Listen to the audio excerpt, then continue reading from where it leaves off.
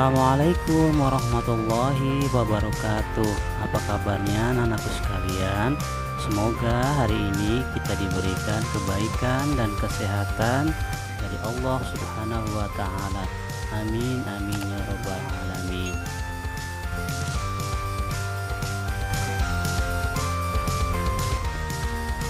Anak-anakku sekalian, pada hari ini kita akan belajar materi pendidikan agama Islam untuk kelas 6, pelajaran kelima dengan tema keteladanan Rasulullah Shallallahu Alaihi Wasallam dan para sahabat.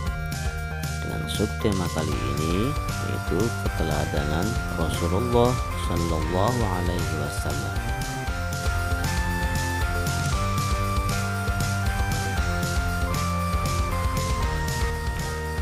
Anak-anakku sekalian, sebelum kita belajar, yuk kita sama-sama membaca doa sebelum belajar.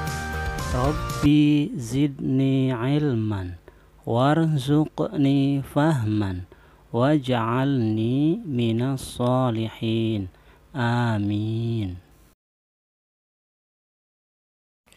Baik anak-anakku sekalian, sesuai dengan subtema kita kali ini, hari ini kita akan membahas tentang keteladanan Nabi Muhammad Sallallahu Alaihi Wasallam.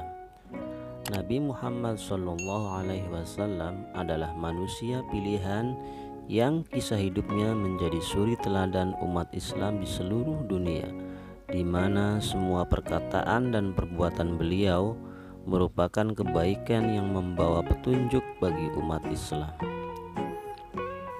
Hal ini sesuai dengan yang Allah firmankan dalam Al-Quran, yang artinya sesungguhnya telah ada pada diri Rasulullah itu suri teladan yang baik bagimu, yaitu bagi orang-orang yang mengharap rahmat Allah dan kedatangan hari kiamat, dan dia banyak menyebut Allah.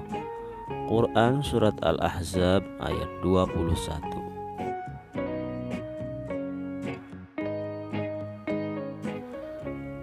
Ada begitu banyak kisah inspiratif dari hidup Rasulullah yang bisa diteladani umat muslim.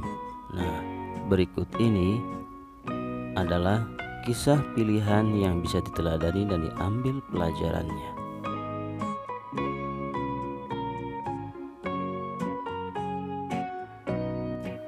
Yang pertama, kisah keteladanan Nabi Muhammad SAW sebagai Al-Amin. Nabi Muhammad adalah seorang yang jujur, bahkan sebelum beliau diangkat menjadi nabi. Pada usia remaja, beliau diminta bantuan oleh pamannya untuk membawa barang dagangan milik Siti Khadijah yang kaya raya dari kota Mekkah sampai ke negeri Syam dan ikut berdagang di sana. Beliau berdagang dengan jujur dan dengan cara yang sangat mengesankan para pembeli, sehingga ketika pulang dari berniaga, banyak sekali keuntungan yang didapat dengan cara yang baik.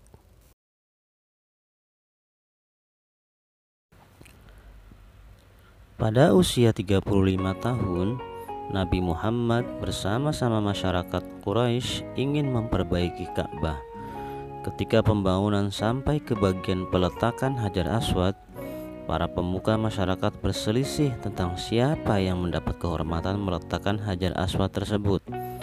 Pada akhirnya, Nabi Muhammad SAW ditunjuk untuk melakukan hal tersebut, dan beliau memutuskan untuk mengambil selembar selendang untuk meletakkan Hajar Aswad di atasnya, yang kemudian setiap ujung kain dipegang oleh para tokoh masyarakat Quraisy agar mereka tidak berselisih lagi.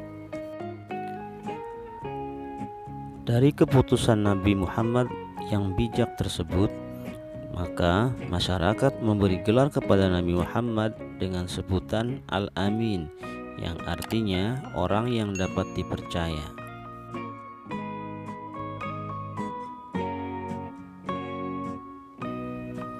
Keteladanan yang kedua yaitu kasih sayang Rasulullah terhadap anak, keluarga, orang tua, dan masyarakat. Selain bersifat jujur, Nabi Muhammad SAW memiliki sifat kasih sayang kepada keluarga dan orang-orang di sekitarnya. Saat putrinya Fatimah masih kecil, beliau menggendongnya sambil bertawaf mengelilingi Ka'bah. Dan ketika Fatimah dewasa dan dikaruniai anak, Nabi Muhammad SAW menggendong cucunya, yaitu Hasan dan Husain. Dan mengenai kasih sayang, Rasulullah SAW pernah bersabda dalam sebuah hadis yang artinya, barang siapa tidak mau berbelas kasih, maka ia tidak akan mendapatkan kasih sayang. Hadis ini diriwayatkan oleh Bukhari dan Muslim.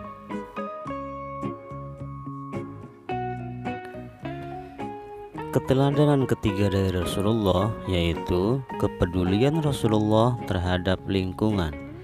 Kepedulian Rasulullah SAW bukan hanya pada hal ibadah sholat saja, tetapi beliau pun peduli terhadap lingkungan hidup. Hal itu tercermin pada perilaku beliau, antara lain berhemat air saat berwudu dan mengajarkan untuk tidak merusak lingkungan.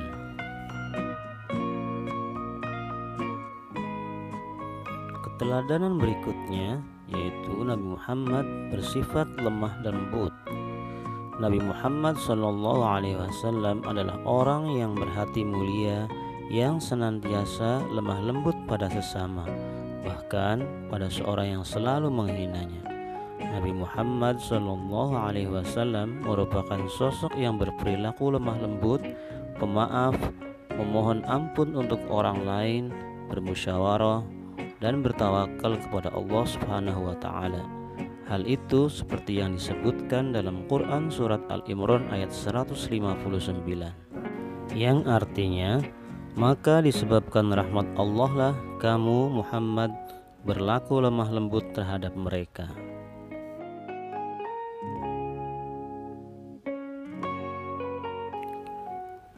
Keteladanan Rasulullah yang kelima yaitu beliau tidak suka menyimpan uang.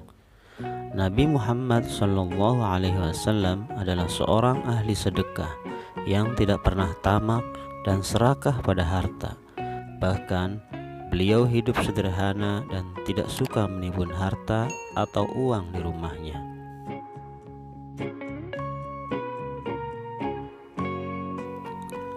Keteladanan Rasulullah yang keenam yaitu beliau selalu waspada dan taat kepada Allah Subhanahu wa Ta'ala. Nabi Muhammad SAW adalah manusia di muka bumi ini yang paling taat kepada Allah Subhanahu wa Ta'ala. Meski telah dijamin surga, beliau tetap khusyuk dalam beribadah dan takut pada Allah Subhanahu wa Ta'ala. Beliau juga sangat berhati-hati dan waspada pada apa yang beliau lakukan, termasuk pada apa yang beliau makan dan minum. Pernah suatu ketika dikisahkan dalam sebuah cerita, pada suatu malam Aisyah radhiyallahu anha mendapati Rasulullah SAW tidak bisa tidur dan hanya membolak-balik tubuhnya di atas ranjang penuh dengan kegelisahan. Ia pun bertanya, "Wahai Rasulullah, mengapa tidak tidur semalaman?" Rasulullah lalu menjawab, "Hari ini aku menemukan sebuah kurma di tengah jalan. Kemudian aku ambil buah itu dan memakannya, karena aku pikir lebih baik dimakan daripada busuk dan terbuang sia-sia. Sekarang aku merasa gelisah karena siapa tahu jika kurma yang kumakan itu termasuk harta sedekah."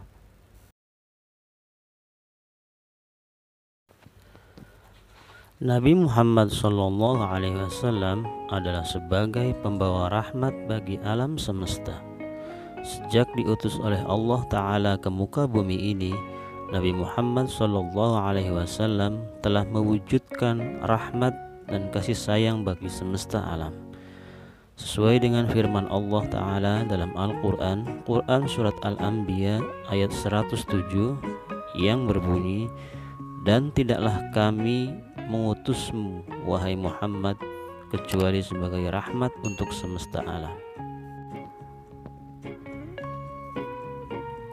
Al-Mufassir Ibnu Katsir rahimahullah berkata ketika menafsirkan ayat di atas, Allah Ta'ala mengabarkan, sesungguhnya Allah telah menjadikan Muhammad Sallallahu Alaihi Wasallam sebagai rahmat atau kasih sayang bagi semesta alam.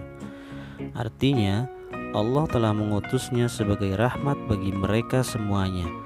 Maka barang siapa yang menerima rahmat ini dan bersyukur terhadap nikmat ini, dia akan berbahagia di dunia dan akhirat. Dan barang siapa yang menolak dan menentangnya, dia akan merugi di dunia dan akhirat. Nah, anak-anakku sekalian, kiranya sampai di sini dulu pelajaran kita kali ini. Semoga kisah keteladanan Nabi Muhammad dapat kita contoh dalam kehidupan sehari-hari dan menerima dan bersyukur atas ajaran Nabi Muhammad sebagai rahmat bagi alam semesta. Akhir kata, wabillahi taufiq wal hidayah. Assalamualaikum warahmatullahi wabarakatuh.